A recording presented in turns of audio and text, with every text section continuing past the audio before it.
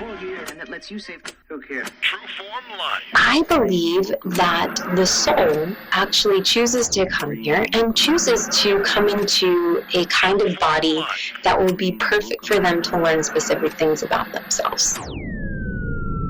Welcome to Exploring Mind and Body with Drew Tadia. Drew is an expert in nutrition, fitness, lifestyle, and more. And he wants to help you live a healthier, longer, and more active life. Now here's your host, Drew Tadia. Welcome to another edition of Nationally Syndicated Exploring Mind and Body. Thank you so much for being here. Thank you for tuning in and being a part of our True Form Life community.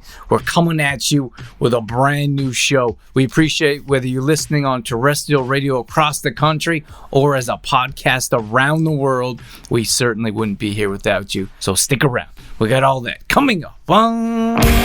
This is Exploring Mind and Body. Naturally improve your lifestyle one show at a time with your host, Drew Tadia. Welcome to another edition of Nationally Syndicated Exploring Mind and Body. We're super excited to have Elizabeth here with us. So welcome to the show. Thank you so much, Drew, for having me. It's a pleasure to be here. It's our pleasure. So let's jump right into it. Tell us who you are, what you do. Give us a chance to resonate with you and our audience to connect a bit. Sure. Well, I'm a lifestyle design coach and spiritual teacher.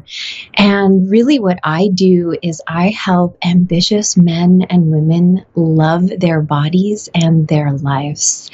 And it's really, truly my mission to open them up to the beauty of their soul journey by helping them see the beauty of their body and their life. So I'd love to tell your audience a little bit more about that. What is it that you might want to know? I'm curious. I'd like to know how you got into it first. That's always interesting for me. It is, right? Everyone's always so interested in how we get on the path that we do. Well, you know, Drew, my story really starts all the way back when I was a kid. I was and still am, a very sensitive, really intuitive person.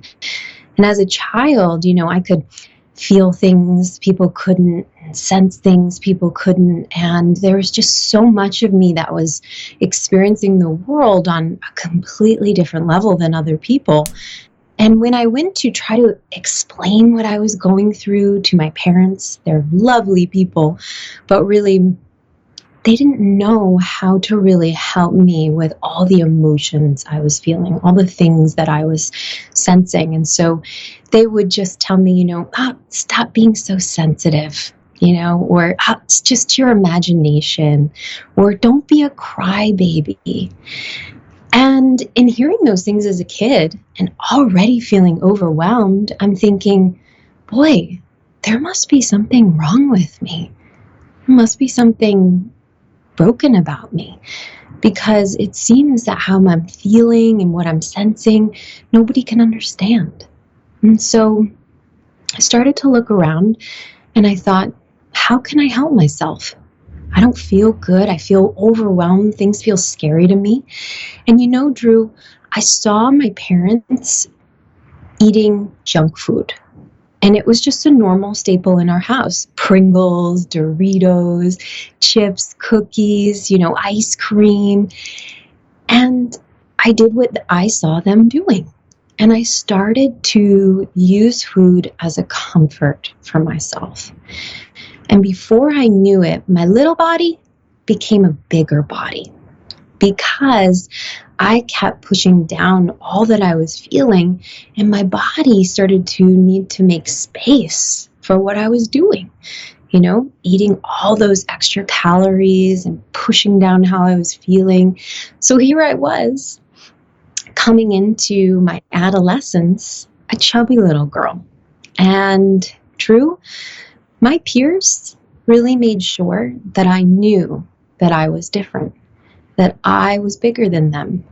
And as the story goes, in 7th grade, I remember walking down the halls. I was 5 feet 6 inches tall, 175 pounds. So I was much bigger than the other girls. And I went to open up my locker and a note fell down. And it was on a loose leaf piece of paper. And I opened up the paper and there was this image of a bus. And on it, it said, "You're as big as a bus, Elizabeth." And my heart just sank. And I remember hearing the snickering of teenage boys behind me, and they were the same boys that had been teasing me when I walked through the hallway of 6th grade. And this was now 8th grade. And so I had been teased for 3 years, and this was just the icing on the cake.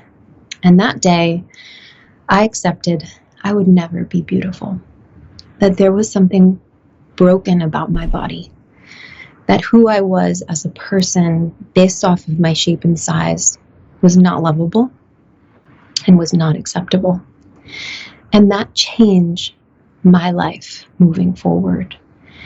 And after that day, I got on a treadmill and I began to run. And I tell people I ran for about 17 years. I ran from myself. I ran from the pain. And I took everybody else's opinions about what being beautiful was and decided to make them a standard in which I had to live by.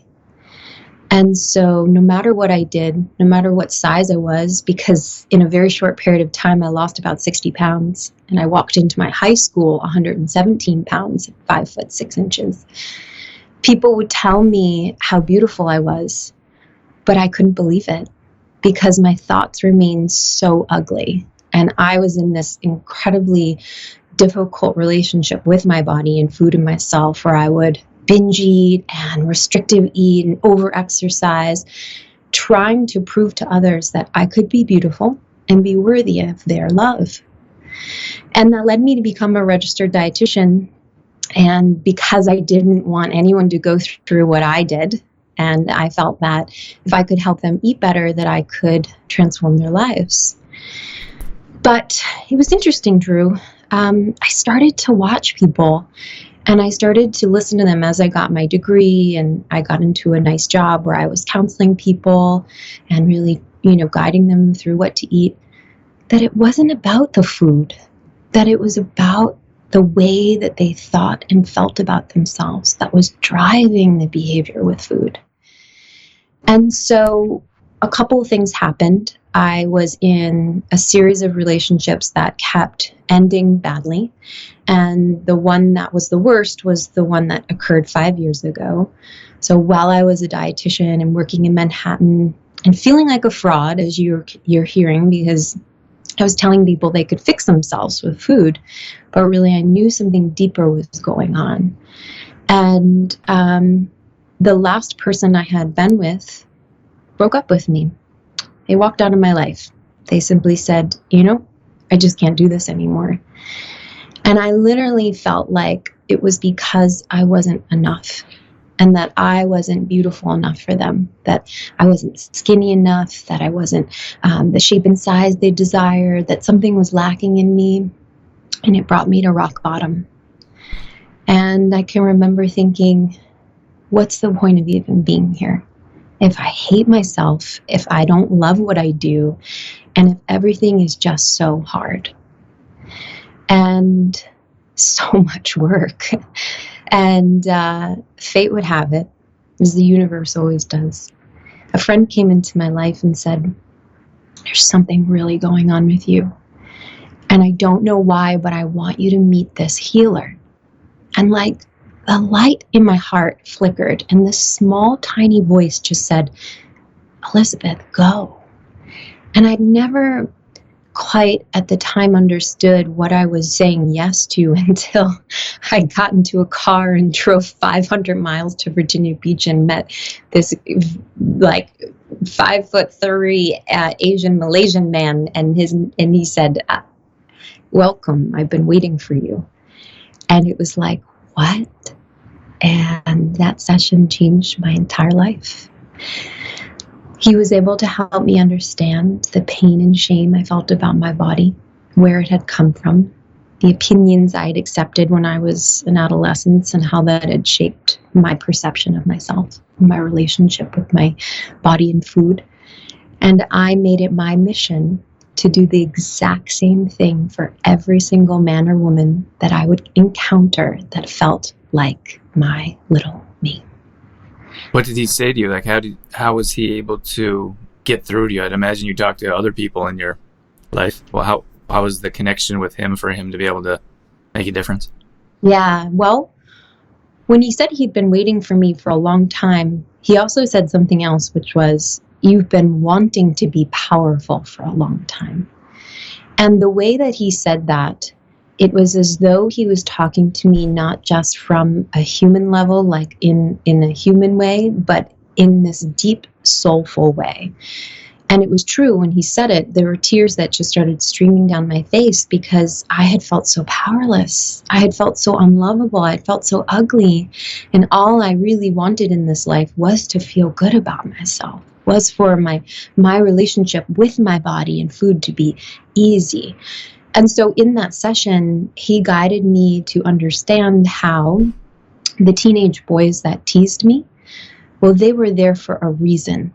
They had come into my life on purpose to open up to a life lesson I needed to learn, that I had come to this journey to learn about beauty, what true beauty really was. And I was able to see that their teasing had created an image of myself, and that I had carried it for so long, and that I didn't need to carry their bullying and their opinion of my shape and size anymore. And it was just this beautiful way that he had of helping me see that those people were important for me, and that I didn't have to be angry at them and mad and hold on to the hurt anymore, that I could claim what I needed to and open up to understand what beauty really was for me. And that was a game changer, because no one had ever put it that way for me. No one had ever described it in that way. And that was really, really transformational. So how long was it since you met him and then you're like, okay, I need to teach other people what I've been learning? 5 years. So did you work with him for 5 years and then you started? Yeah. So after we met a few times and I started to see that there was this beauty and magic in what he was helping me open up to, I was letting go of so much of my past, like what, the influence my parents had on me and the ways that they were in my life and the things that I was, mirroring that they would do that were limiting me from really creating the life that I love. He was unlocking all these doors for me. And by the time we probably rolled around to like the 6th session, he said, that gift that you have to be able to feel and see and understand people, it will be what helps you transform other people's lives. Would you be interested in learning about how to really harness the power of your gift that you came here as a little girl with? And I was like, of course. And he said, you can take your skills of all the schooling you've had for understanding the body and food and the mind, and now you can help people understand soul nutrition from a real deeper level as to why they do what they do with their food and their body, and help them break through and create a new life with their body and food so that they have freedom and peace. And it just clicked. It was like, yeah, that's exactly what I want to do. And I apprenticed underneath him, and I've done probably 4 trainings with him, and we maintain a beautiful partnership in terms of coaching and student, and I still talk to him till this day. That's awesome. Yeah. So what was it that you learned specifically that you can relay to your customers and clients that you can connect that, what did you call it? Soulful eating? Soul nutrition. Soul nutrition. Yeah. So tell us what that is. Yeah. Well, I believe that we are not just humans living this human life experience, but that we are actually souls on a human journey. And what that means is that we have an essence or a spirit about ourselves that actually has come into our human body and is here desiring to go through human experience so that it can learn something about itself, so that it can grow and transform. And I believe that the soul actually chooses to come here and chooses to come into a kind of body that will be perfect for them to learn specific things about themselves. about their beauty, about their power, about their strength, about, self-love and worth. I believe that our bodies are these incredible tools for transformation, not just in, looking physically good or not, but really understanding the true value of the body. And so I understood that when I started to study underneath my teacher, that I was much more than just this physical, body, that I actually had an essence within me that had well-being and health and power. And that when I could understand the role that my body had in my life and the things that it was wanting me to learn, that I could more or less understand who I really was. So those are some of the principles that I now bring into my work with my clients. And I help them see that the relationship we have with food in our body is here to teach us important lessons about ourselves. So not just the body, but our food relationship too. Because what we do with food is a reflection of what we are feeling and thinking in our inner world with ourselves. So that really is the important principles that I bring into the work with my clients that I learned from him. So when someone first comes to see you, maybe you could tell us first why they come to see you. Like, I know everyone's different, but the average or majority people, they come to you and say, "Can you help me with?" Sure. So a lot of people come from me with a variety of things, but as I have focused on the soul nutrition and really helping them really love their bodies, they generally come feeling ashamed or embarrassed or not loving their shape and size or feeling trapped in the skin they're in. Never feeling like they'll ever be beautiful, never feeling like they'll ever be able to have a peaceful relationship with food. So they struggle with binge eating, or they have in the past been a restrictive eater. They just overall have an imbalance in the way that they feel about themselves and the relationship they have with themselves. And really, Drew, it outsplays into then career, relationships, and really how they feel that they can really show up in the world, because our relationship with our body is a mirror image of every single relationship that we have.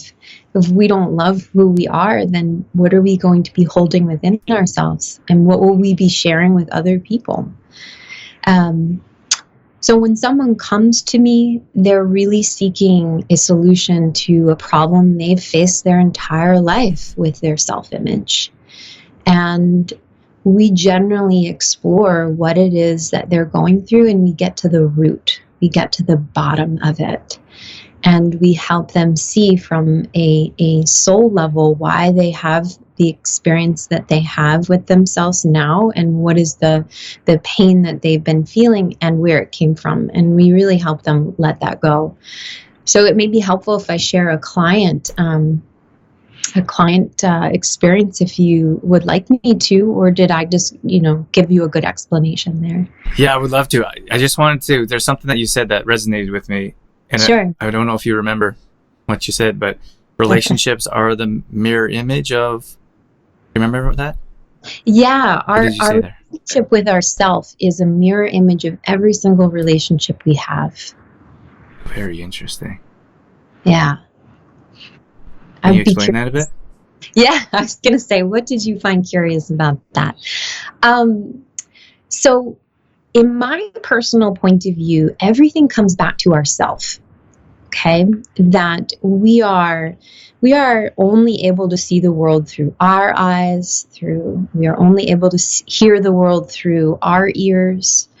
So we have come to this experience of life with our own perception of life, because no one other person has gone through what we have. And so we have a unique way of seeing the world. We have a unique way of hearing the world. We have a unique way of showing up in the world. So our thoughts and our feelings about ourselves are what shape our own image of ourselves, who we understand we are. And if we have a negative or unhealthy opinion of ourselves, and we walk around in our life thinking and believing things that are not very nice or kind or loving about ourselves, we are going to have emotions like pain or shame or guilt or feeling embarrassed. And if we are having those feelings and we're holding them within ourselves, then we want to be thinking about how are we then going to show up in our life with other people? What will we be giving out to them? How will we be interpreting their reactions and behaviors to us? If we're full of not healthy feelings and images or opinions about ourselves, we're going to be really reactive and triggered by people who may seem to judge us or have an opinion about our beauty or body or shape or size. And therefore, then our relationships won't be easy. They're going to be hard, and there's going to be friction because we may be interpreting even subtle things, like in a partnership, someone wanting some space or doing something on their own, to mean that it's something about their worth or value or how they look. The list is endless, right? Did that click in for you? Yeah, it's very interesting. Relationships in general are business relationships, friendships, intimate, whatever. It's all very interesting, especially how humans connect with one another. But I could see that. So if you have someone that maybe has low self-worth, you could say anything and it could be positive, but they take it as negative because of their perception of themselves. Yes, because in the opinion they have, like, for instance, I had a client whose mom wanted her to fit in really badly with her classmates as a kid. So the mom would say, stop eating like that. You're going to become a pig. Okay. And that might just seem like a very maybe roll off the back for some people because it doesn't matter. But to this little girl, she heard her mom say, you're going to become a pig. And she started to feel like, oh my gosh, every time I eat, I'm going to look like a pig. And so she began to kind of feel that shame and embarrassment about herself. And she really, started to use food as a way to comfort herself. And she ended up putting on a lot of weight. And so that opinion her mom shared, because she was wanting her child to fit in and not be overweight, right? Actually, the client started to take that on and really hold that image of herself. And she ended up becoming overweight and feeling like she didn't fit in with the peers and her friends and in her social life. So we forget how sometimes the things that people can say to us when we're small can really shape the way we see ourselves throughout our entire life, and then mold the ways that we then take in our later adult life what other people are thinking and saying about us as personal to mean that it is true that we are not, beautiful, or we are a pig, or we're ugly, or, we're bad. Does that make sense? Yeah, for sure. So how do you suggest, it's pretty difficult when you're working with people or dealing with people on a regular basis, especially when everything's very personal because of past. So you addressed how the individual is the way they are, but so we can talk about how that individual can make a change in their life, but also can you address how someone could communicate with someone that takes many things personally? Absolutely. Yeah. So in the context, if you're in like a partnership, like an intimate partnership, or the context like a professional partnership, which you think would be more helpful? Maybe just for our listeners, not so intimate, just a regular friendship, because I think we have more friends than one intimate partner in most cases. Yeah, the first thing that's really coming up for me, which was one of the most powerful things that I started implementing in my life a couple years ago, was when I noticed someone was taking something I was saying really personally. I took a step back. I got present to myself. I became aware of what I was thinking and feeling in relationship to their reaction to me, took a breath, and I simply started to ask, rather than being reactionary, being like accusatory, like, what's wrong with you? Or like, what's your problem? Most people will come from that angle because they're being defensive. They're feeling like someone's, now attacking them because they're getting upset with your own behavior. So instead of that route, what I've learned to do is say, what is it about my opinion that is upsetting you? Can you tell me a little bit more about why you're upset right now? And giving that person the space to actually talk through or out their emotion without making it personally mean that I'm doing something wrong. They're just having a reaction to me, and that I can hold the space to just let them get the emotion out, because once they get the emotion out, they'll be able to think clear and see the bigger picture often. And just giving them that room to just let it all out and to be that mirror. Okay, I hear you thinking that what I said meant this. Is that true?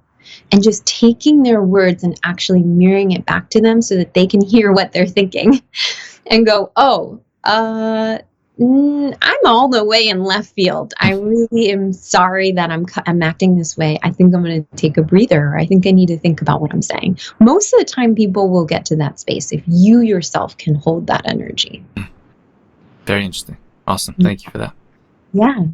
Okay, so we don't have a ton of time left. Did you want to go through a scenario with one of your clients, or did you just kind of do it?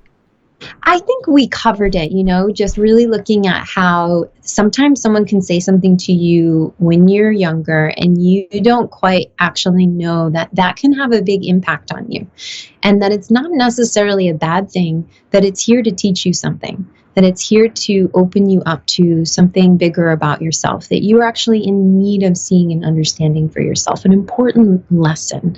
So rather than making it, oh, it's awful, it's bad, let's pause to that conversation and perhaps invite your audience to just stretch into thinking that there's a purpose and all things happen for a good reason.